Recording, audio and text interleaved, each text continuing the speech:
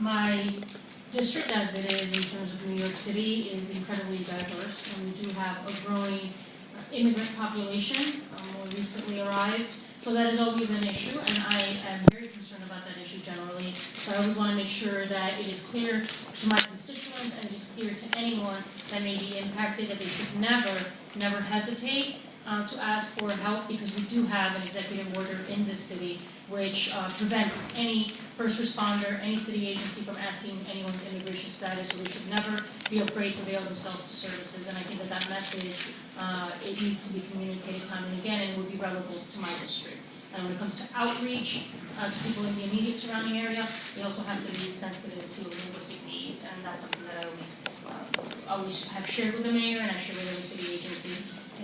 Que sí, en este distrito vamos a tener preocupaciones sobre la habilidad de las personas que necesiten el apoyo y la ayuda que la reciban.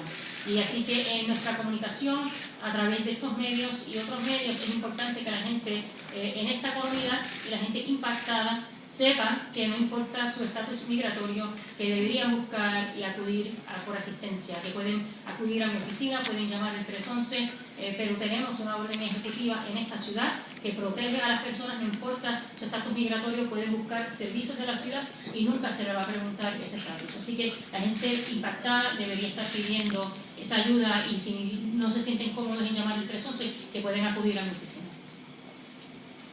Let me ask Commissioner Bruno to further respond on this one.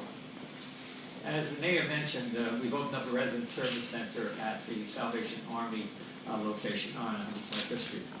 At that location, we will not inquire as to your status at all, and we encourage people to come in. We have the Department for the Aging will be there, Department of Homeless Services, Department of Building for people who want to know more about vacates and what is happening there, as well. HPD will be there as well to talk about building vacates. Department of Health to talk about any health issues people have. The Red Cross will be there. We will be there as well, organizing that. The Human Resources Administration, HRA, will be there to help with that. If there are insurance issues, the New York State Department of Insurance will be there with us as well. The Mayor's Office of Immigrant Affairs will be there. We'll have multi-languages available or available to us through resources the city always provides. The police department will be there as well. The Bar Association will be there and have lawyers there if people want to talk about legal issues and I'll give some advice. Small Business Association, the Salvation Army will do feeding along with the Red Cross. So we have all those services. People should not hesitate to come in. It's there so that people can come to one location, get whatever they need. And if we don't have the service there, for example, if people want to know about what happens with their children, if they are moving with family and friends, whether they want to transfer a student or get a bus to pick the student up, we will get the information. We have direct contact with DOE, and we'll provide information on that. So we want, I think as the mayor said, and certainly Councilmember said, this is all about getting people as much as you can, as quickly as you can, in one location. Mayor, I wonder if you, at this point, could tell us what you're looking at as potential causes of the explosion.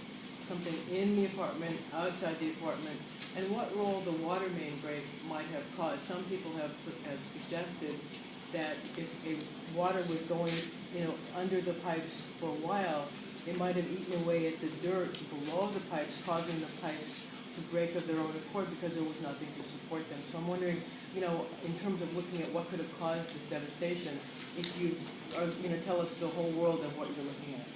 I'm going to just be very broad in my response, and if Commissioner Bratton or Commissioner Fasano want to add, obviously they should. First of all, everything we're telling you here today is preliminary of what we know at this point. But as I said at the beginning, we expect to have a lot more information in the next few days. And then there's going to be an ongoing investigation, so information will come as is available, as is confirmed. I don't think we prejudge. We know there was an explosion. But we don't know everything about the lead up to it. And that's why we're doing a thorough investigation. And by the way, we can only get conclusive evidence when the fire is out, when the rescue is completed, and we really get a chance to look at all the facts. So I think it would be premature to speculate. I can tell you that every energy is going to be expended to get down to the truth here and learn from it. Can you tell us what the world of like what you're looking at? That's all I'm gonna say on it, but let's see if Mr. wants to add. Well, what we need to do is get to the basement, we need to clean the area out, get all the debris out. And then they get the heating units, get to the meters, places that could possibly be a source of ignition or a source of delete, and then work our way back towards the street. But we need to clean out the basement and get all the debris out first. Commissioner, do you think that the water main break happened before the explosion, or that the explosion caused the water main break? It's too early to decide that, but we will look at that also. We're gonna try to work with Con Ed, and we'll get back out into the street. But mainly we gotta get rid of the debris first. We gotta make sure that there is nobody else in the area. So we gotta do that first. Mr. Mayor, two-part question. First is, could you tell us precisely how many people are still missing? And then as a follow-up to the water main break question, both the water main and the gas pipes, these are very old, 100-year, very old pipes. What are your fears about the city's aging infrastructure that we might see more of these incidents going forward? Let me, on the first point, as with all these answers, I will start, and then if any of my